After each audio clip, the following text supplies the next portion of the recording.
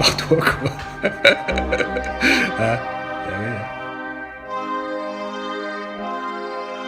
Bon, ça fait 3 mois. Avant toute chose, il convient de vous dire que vous m'avez beaucoup manqué. Mais bon, que voulez-vous, les études supérieures sont autrement plus chronophages que le lycée. Je n'y peux rien. J'espère que vous avez tous passé de joyeuses fêtes et je vous souhaite par la même occasion une bonne année. L'an passé s'en va, l'an neuf s'en vient. Quoi qu'il en soit, me voilà de retour avec un nouveau débunkage de créationniste, histoire de démarrer cette année 2020 en beauté. Vu le nombre de fois où on m'a reproché d'être conservateur, je me suis dit qu'il serait amusant de s'attaquer un petit peu au conservatisme américain, en considérant le cas édifiant de PragerU. Bon visionnage.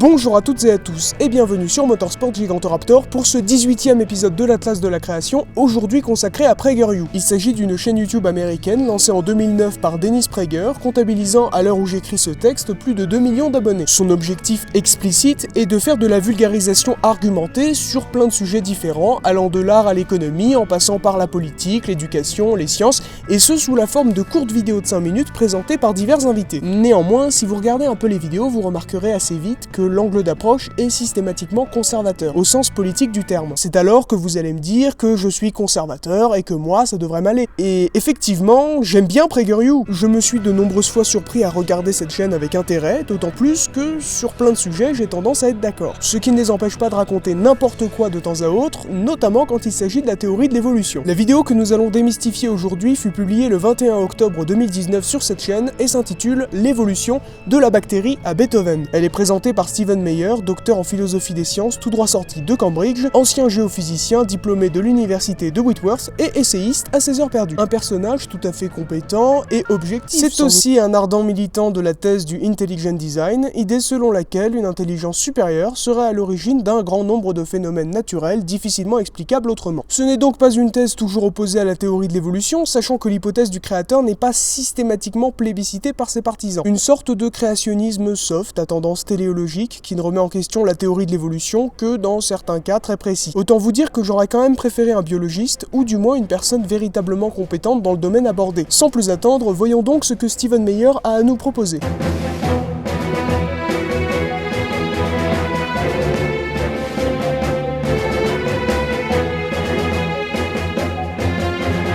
Avant toute chose, voyons comment cet invité présente la théorie qu'il critique. Et je risque d'être pointilleux. Evolution. You learned about it in high school. It goes like this. Life started out with very simple forms, and then gradually, over hundreds of millions of years, morphed into all the forms we see today. Bacteria to Beethoven. Not a straight line, of course, but that's roughly how it went. Bon, on va commencer par un peu de pinaillage. L'évolution à proprement parler n'est pas une théorie, mais un phénomène. C'est juste la modification de la fréquence des allèles au sein d'une population d'une génération à l'autre. Car oui, des théories qui décrivent l'évolution des espèces, il en existe tout un ensemble. Il y a par exemple la théorie de Lamarck. Donc, quitte à attaquer une théorie, autant la nommer correctement. Théorie darwinienne de l'évolution ou théorie synthétique de l'évolution. Ensuite, ce n'est pas ça la théorie darwinienne de l'évolution. Elle ne décrit pas à proprement parler une quelconque complexification du vivant au cours des époques, mais plutôt les mécanismes à l'origine de cette complexification. En l'occurrence, si on se réfère uniquement à cette théorie telle qu'elle avait été formulée en 1859, il s'agit de décrire le principe de sélection naturelle et ses dérivés, et ce dans le cadre de l'hérédité et de la descendance avec modification. Pour vous résumer ça rapidement et avec les mots de Darwin, la sélection naturelle se définit par la préservation des variations favorables dans la lutte pour la vie et le rejet des variations préjudiciable. Considérons une population avec un ensemble de spécimens différents disposant de caractéristiques diverses plus ou moins adaptées à leur milieu. Le principe d'hérédité nous enseigne que ces traits seront transmis d'une génération à l'autre, tandis que la descendance avec modification implique une légère modification de ces traits. Ainsi, la population n'aura jamais exactement la même composition au cours du temps. À ce cadre se greffe la sélection des caractéristiques favorisant la survie et ou la reproduction du spécimen qui en dispose dans un contexte particulier, les deux n'étant évidemment pas exclusifs. En période de glaciation, par exemple, exemple, les individus les plus aptes à résister au froid survivront mieux, auront plus de descendants et leurs caractéristiques se transmettront plus facilement au cours du temps, ce qui induira un changement dans la composition de la population par sélection naturelle. En outre, Darwin fait référence à 2 cas de figure dérivés de ce premier principe. Si cela vous intéresse, une petite vidéo à ce sujet est en description. Considérant cette première base, on peut décrire l'histoire du vivant. Bacteria to Beethoven. Comme le dit si bien notre invité. Mais cette dernière ne représente pas le contenu de la théorie darwinienne. Ensuite, on a quand même une contradiction. This was the theory proposed by Charles Darwin in 1859, and with some modification, it's been embraced as unassailable by the scientific community over the last century. As evolutionary biologist Richard Dawkins says, if you meet somebody who claims not to believe in evolution, that person is either ignorant, stupid, or insane. Impossible à remettre en question malgré des modifications. C'est bien qu'elle a été un peu remise en question quand même, cette théorie. Merde, quand même! Sa forme actuelle est par ailleurs loin d'être identique à sa forme originelle, quand bien même le principe de sélection naturelle demeure. En parlant de modifications, nous allons vite constater que M. Meyer ne semble pas trop les prendre en compte dans son intervention. But is that right? Are there no scientific reasons to doubt the evolutionary account of life's origins? Sauf que la posture évolutionniste ne concerne pas l'origine de la vie en fait. Il s'agit d'un problème connu sous le nom d'abiogénèse. Je l'ai déjà dit plusieurs fois, ce n'est pas le sujet de la théorie. D'autant plus que ce n'est même pas le sujet abordé ici. Le narrateur vient de nous faire une description de la complexification du vivant au cours de l'histoire de notre planète. Bacteria to Beethoven. L'origine de la vie n'a pas été mentionnée à ce que je sache. In November 2016, I attended a conference in London convened by some of the world's leading evolutionary biologists. The purpose?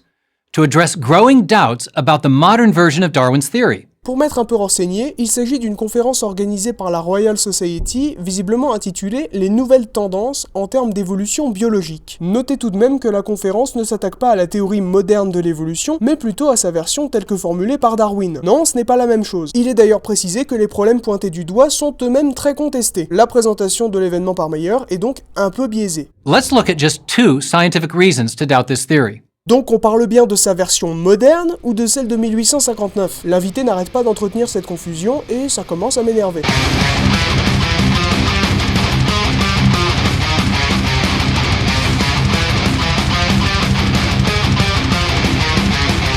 First, the Cambrian explosion.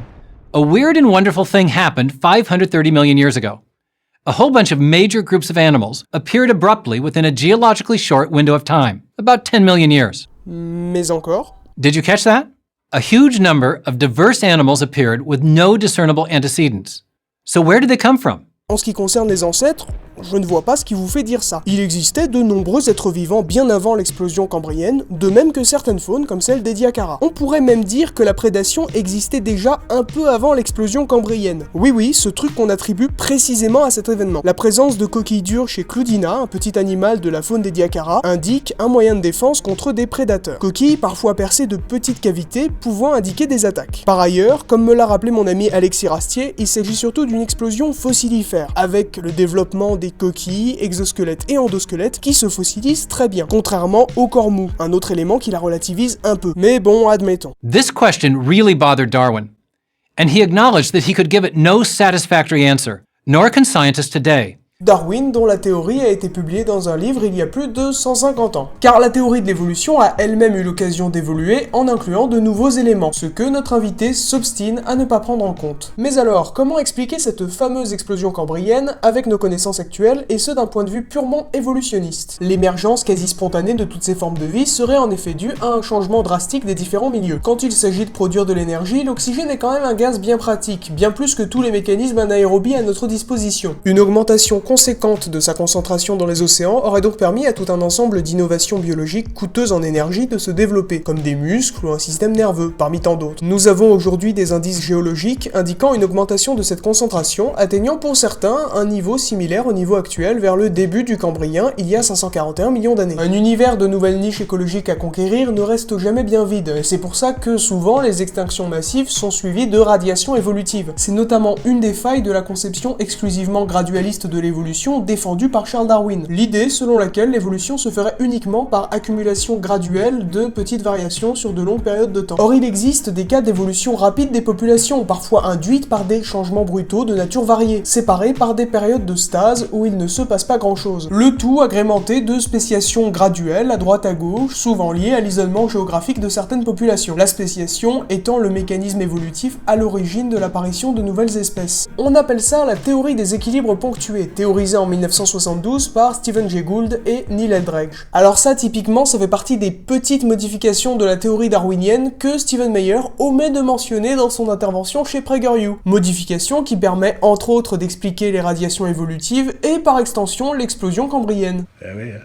Pour en revenir à cette dernière, l'hypothèse de l'oxygène est néanmoins remise en question par un certain nombre de scientifiques. Si une augmentation du taux d'oxygène n'est plus tellement sujette à controverse, son ampleur est loin d'être établie, de même que son effet sur la biodiversité. En effet, pour voir apparaître des formes de vie prédatrices, il suffit de dépasser un certain seuil. Pas besoin d'avoir autant d'oxygène qu'aujourd'hui. À cela se greffe la course aux armements des prédateurs nouvellement apparus, induisant une inévitable diversification des formes de vie, chez les prédateurs comme chez les proies. Chaque nouveau seuil dépassé dans la concentration en oxygène peut libérer un nombre très important de niches écologiques. Échapper aux prédateurs impose souvent une mobilité accrue, aussi bien pour s'enfouir dans les sédiments et récupérer certains nutriments que pour se mettre à nager un peu au-dessus dans des zones mieux fournies en oxygène. Pour conclure, l'explosion cambrienne est source de nombreux débats, mais elle n'est pas totalement incomprise par les scientifiques. On a des pistes, des hypothèses qui résistent assez bien à l'expérimentation, ce qui n'était pas le cas en 1859. c'est fini ça, terminé ça.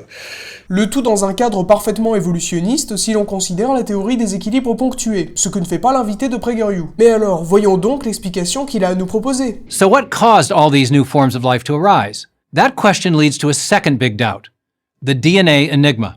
Bon, pas d'explication. Moi qui m'attendais au dessin intelligent comme hypothèse alternative... Je suis profondément déçu. D'autant plus que faire 2-3 recherches sur Google, c'est quand même pas très compliqué. Voyons en quoi consiste cette fameuse énigme de l'ADN.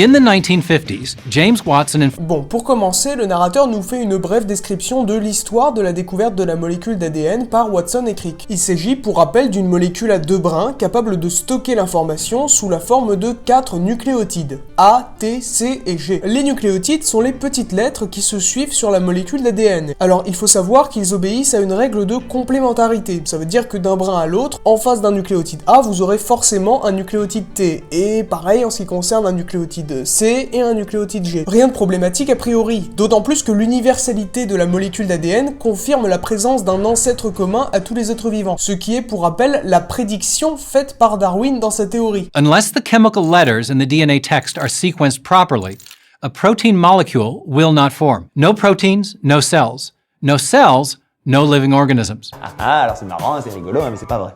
C'est tellement pas vrai, de ouf. Alors, comment passe-t-on de la molécule d'ADN à la protéine? Tout d'abord, une enzyme, l'ARN polymérase, va lire un brin de la molécule d'ADN au niveau du gène à transcrire. L'autre brin étant complémentaire, connaître l'information de l'un permet de déduire celle contenue dans l'autre. Ce processus va lui permettre de former une nouvelle molécule à partir de l'information contenue dans l'ADN, l'ARN prémessager. Juste pour info, la molécule d'ARN ne contient pas de thymine, qui est remplacée ici par de l'uracile, ce qui veut dire qu'on se retrouve non pas avec ATCG, mais avec AUCG. Notons que ça nous permet quand même de définir ce qu'est un gène. Une séquence de nucléotides d'un brin d'ADN qui est transcrite en une seule molécule d'ARN prémessager. La molécule d'ADN porte donc plusieurs gènes qui ne sont pas tous situés sur le même brin. Ce qu'oublie notre narrateur, c'est qu'avant d'être traduite en protéines, la molécule d'ARN prémessager va subir une petite opération. Les portions ne permettant pas de coder les acides aminés des protéines, qu'on appelle les introns, vont tout simplement être supprimés. Il ne restera donc plus que les exons, qui eux serviront à coder. La majeure partie de la molécule d'ARN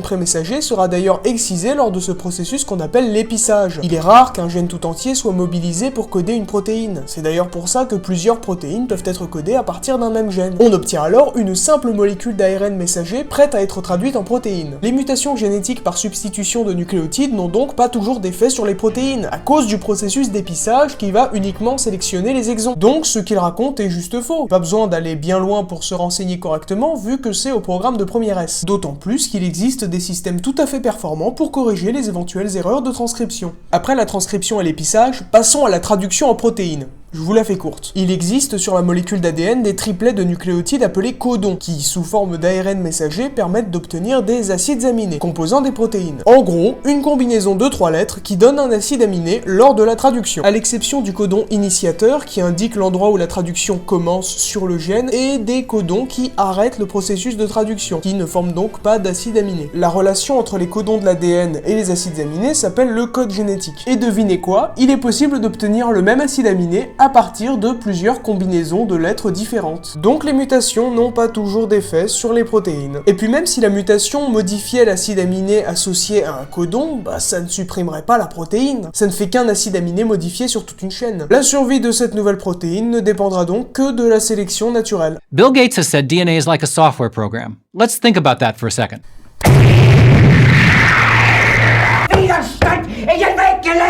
Non mais au début de la vidéo, notre invité avait au moins la décence de citer des personnes qualifiées, maintenant c'est roue libre. For computers to run faster and perform more functions, they require new code. Well, the same is true for life. To build new forms of life, the evolutionary process would need to produce new genetic information, new code. Vu le nombre de protéines qu'on peut coder à partir d'un même gène, je ne vois pas pourquoi on aurait besoin de plus de code. Je sais pas pourquoi tu parles de choses comme ça, t'as peut-être des échos, je sais pas. Mais bon, laissons-le s'enfoncer encore un peu. This raises questions about the creative power of natural selection and mutation. Natural selection is a simple sorting process. No one doubts that natural selection is a real process and that it produces minor variations. But many biologists now doubt that it produces major innovations in biological form.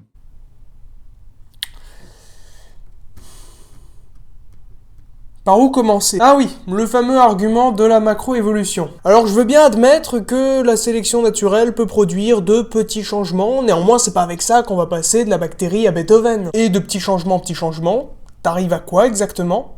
Ah oui Lorenzo, mais oui, mais bon, mais oui. Ensuite, la sélection naturelle est certes un processus de tri, mais c'est aussi un processus qui opère dans un cadre défini. Les individus d'une même population possèdent tous les mêmes gènes, néanmoins ils ne présentent pas les mêmes combinaisons d'allèles de ces différents gènes. Mais alors, comment se diversifient ces populations? Ça peut se faire avec ou sans modification de génome. Dans les deux cas, je vais vous donner un exemple, sans trop détailler les autres parce que sinon nous y passerions des heures. Prenons les gènes de développement. Ce sont des gènes qui dirigent la transcription d'autres gènes et assurent la mise en place des organes. Les protéines qu'ils codent, qu'on appelle des facteurs de transcription, ne vont pas vous servir à grand chose en elles-mêmes. Néanmoins, elles vont vous permettre d'en obtenir d'autres qui, elles, seront utiles. Les gènes de développement contrôlent également le temps d'expression d'un gène. S'il s'exprime plus longtemps, ça peut par exemple donner un poisson avec une nageoire pelvienne épineuse, ou dépourvu de cet atout s'il s'exprime moins longtemps. Oui, ces deux poissons ont exactement les mêmes gènes, c'est juste qu'ils ne s'expriment pas aussi longtemps. Pas besoin d'augmenter la quantité de code, même si c'est tout à fait possible de le faire sans passer par la sélection naturelle, grâce au transfert horizontal de gènes d'une espèce à l'autre par exemple, ce qui peut donner lieu à des innovations évolutives tout à fait conséquentes, comme la possibilité de former un placenta. Et ce ne sont que deux exemples parmi tant d'autres de mécanismes de diversification du vivant. Et encore, je vous épargne les brassages génétiques de la méiose et de la fécondation qui augmentent d'autant plus la variabilité génétique au sein des populations. Personne n'a prétendu qu'on se reposait uniquement sur les mutations aléatoires, c'est donc un homme de paille. Enfin bref, la comparaison avec l'ordinateur ne fait pas beaucoup de sens. To see why, think again about software. What happens if you introduce...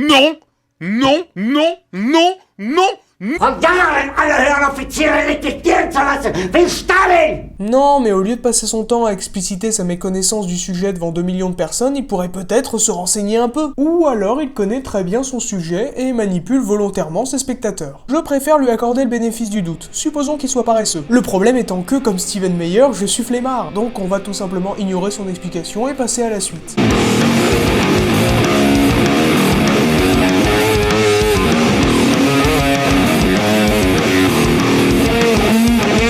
And this applies to DNA. Remember, natural selection only selects sequences that random mutations generate. Et du coup, tout ça, vous en faites quoi? Non, c'est une vraie question.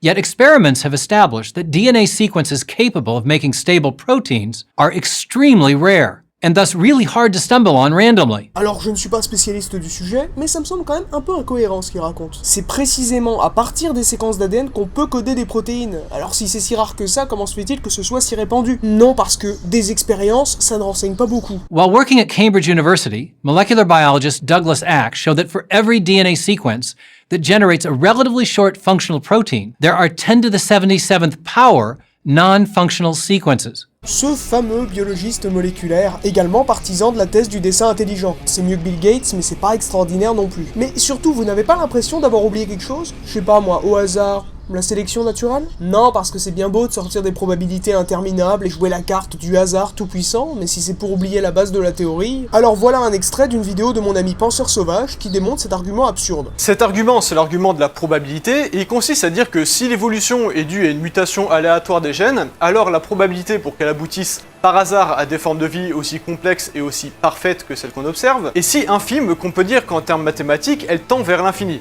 En d'autres termes, il s'agit de dire qu'il est impossible que la vie telle qu'on la connaît puisse survenir à partir du hasard de l'évolution. Pour commencer, on va présenter les choses selon cet argument. En gros, ça se présente comme ça. Les organismes, donc l'ensemble des organes qui les composent, sont construits et organisés au fil de mutations génétiques aléatoires. Or, les opposants à l'évolution soutiennent que du coup, la probabilité pour qu'une aussi grande succession de mutations aléatoires aboutisse à un ensemble aussi organisé que l'être humain par exemple, est absurdement infime, donc doit être rejetée. Pour comparer au loto, disons que l'espèce concernée, ici l'humain mais ça vaut pour n'importe quelle autre espèce, c'est la combinaison gagnante. Pour l'obtenir, vous devez avoir eu successivement chacun des numéros gagnants sans faute. Et pour que l'exemple soit à la hauteur de l'effet rhétorique de l'argument, on va ajouter que c'est un loto à plusieurs millions de numéros et pas juste les 5 numéros du loto plus le complémentaire, que chacun de ces numéros va de 1 à plusieurs millions, voire même milliards, et pas juste de 1 à 49, et qu'en plus de ça, les combinaisons doivent être obtenues dans l'ordre, c'est-à-dire qu'il suffit pas d'avoir eu chaque bon numéro une fois, il faut aussi que chacun de ces numéros soit apparu l'un après l'autre dans un ordre précis, qui est celui de la combinaison gagnante. Alors, c'est clair que présenté comme ça, on est en effet très tenté de se dire que c'est impossible. Alors du coup, qu'est-ce qui cloche dans cet argument? Eh ben ce qui cloche, c'est que c'est un homme de paille. Il est invalide parce qu'il prend en compte la mutation génétique aléatoire, mais ignore le processus de sélection. Je le rappelle, la théorie de l'évolution, c'est pas que les espèces évoluent par hasard, c'est en fait tout le contraire. Elles évoluent par sélection naturelle, c'est-à-dire selon l'adaptation des mutations génétiques à l'environnement de l'espèce, plus précisément à sa niche écologique, c'est-à-dire non seulement son environnement, climat, terrain, milieu, etc., mais aussi la totalité des autres espèces existantes dans ce milieu. Prédateurs, proies, compétiteurs, parasites, bactéries, etc. À chaque mutation, il y a donc un processus de sélection qui va retenir les mutations avantageuses et éliminer les mutations désavantageuses. Donc il faut corriger deux choses fondamentales dans l'exemple du loto vu par nos opposants à l'évolution. Premièrement, ces mutations sont individuelles. Il ne s'agit pas d'attendre que dans une espèce donnée, pouf, tous les individus naissent d'un seul coup avec une mutation identique. Comme si l'espèce elle-même piochait d'un coup le bon numéro, puis tous les autres successivement jusqu'à obtenir la combinaison gagnante. Ce qui se passe, c'est que parmi les millions d'individus de cette espèce, chaque individu qui naît tire non pas un mais plusieurs numéros. Il peut par exemple avoir à la fois un cou plus long, des membres mieux articulés et une couleur plus sombre. C'est pas nécessairement un seul trait qui est modifié à la fois, ça peut être potentiellement des centaines à la fois, mais pas forcément tous utiles, et même potentiellement tous inutiles, voire majoritairement défavorables. Donc déjà notez qu'on passe un tirage où il faudrait qu'on tire d'un coup le bon numéro parmi des milliards de numéros possibles, à un tirage où pour chaque naissance d'un individu de l'espèce, on tire plein de numéros à la fois, aussi longtemps que l'espèce ne sera pas éteinte. À partir de là, même si les chances de tomber sur le bon numéro sont très maigres, et bah avec autant d'essais, on finira bien par avoir un individu qui tombe dessus. De la même manière que malgré la probabilité très faible de gagner au loto, comme des millions de personnes jouent à chaque tirage, on a régulièrement des gens qui gagnent le gros lot. Mais mettons qu'au bout de plusieurs milliers de générations, pouf, on a notre gagnant. Un individu de l'espèce a tiré le bon numéro, c'est-à-dire qu'il a une mutation avantageuse dans son environnement. C'est là que la sélection rentre en jeu, et donc on arrive au deuxième point à corriger dans l'exemple du loto. Premier cas, l'individu naît avec une mutation désavantageuse. Par exemple, c'est une girafe et elle naît avec un cou moins long. C'est ballot parce que du coup, elle peut pas manger les feuilles les plus hautes, et celles qu'elle arrive à atteindre ont déjà été mangées par les girafes les plus grandes. Du coup, notre girafe elle est toute rachitique, elle arrive pas à pécho, et elle meurt seule et malheureuse à un âge précoce sans laisser de descendance. Résultat, la mutation responsable du coup plus petit s'éteint avec sa lignée. Du coup, on peut dire que quand un numéro est perdant, il est automatiquement éliminé du tirage par sélection naturelle. Deuxième cas, l'individu a une mutation neutre, ni avantageuse ni désavantageuse. Par exemple, c'est un singe qui naît avec des yeux légèrement plus clairs. Ça lui apporte aucun avantage particulier, mais ça l'entrave pas non plus. Du coup, ses chances de reproduction sont dans la moyenne. Il pourra parvenir à diffuser ses gènes, mais ce sera pas forcément Don Juan ou Sacha Grey non plus. Donc la mutation a de bonnes chances de rester présente dans le patrimoine génétique de l'espèce, mais de manière éparpillée. Ça, c'est important à garder en tête parce que certains avantages évolutifs nécessitent plusieurs mutations combinées pour se déclarer. Il faut non pas une seule mutation, mais 2 ou plus à la suite, pour que ça devienne un avantage sélectif. Troisième cas, l'individu a une mutation avantageuse. Par exemple, c'est un ours qui a une plus grosse musculature. Et Après, avec mes 120 kilos, bah lui, il va se mettre bien. Parce que quand il y aura une proie à cueillir, un prédateur à dérouiller ou un compétiteur à mettre en PLS, et bah il va avoir un avantage notable sur les autres ours. Et statistiquement, il a de plus grandes chances d'arriver à l'âge adulte, donc même s'il faut attendre plusieurs mutations de ce genre, ça finira par arriver. Résultat, vous avez à présent un tirage où non seulement vous pouvez tirer plein de numéros à la fois, autant de fois que nécessaire pour tomber sur le bon numéro, mais en plus, à chaque fois que vous tirez un mauvais numéro, il est éliminé, tandis qu'à chaque fois que vous tirez un bon numéro, il est sauvegardé. Du coup, vous remarquerez que c'est quand même vachement plus simple de gagner à notre loto. Voilà pourquoi l'évolution, c'est pas du tout du hasard. La sélection naturelle implique que, quoi qu'il arrive, les espèces vivantes seront toujours nécessairement adaptées à leur niche écologique. Pour une raison très simple, c'est que si elles ne le sont pas ou plus, elles disparaissent. C'est l'apocalypse.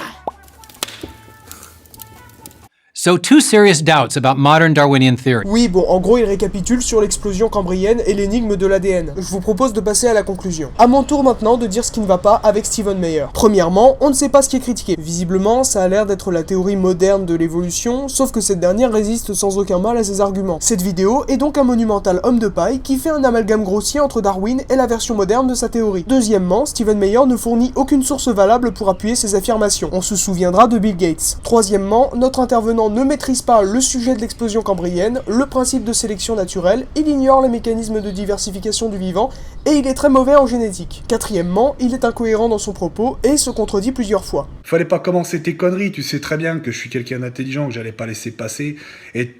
Comme une piqûre de rappel ne fait jamais de mal, j'ai un petit conseil à vous donner, amis créationnistes et autres critiques de la théorie moderne de l'évolution. Il faut arrêter de dire de la merde.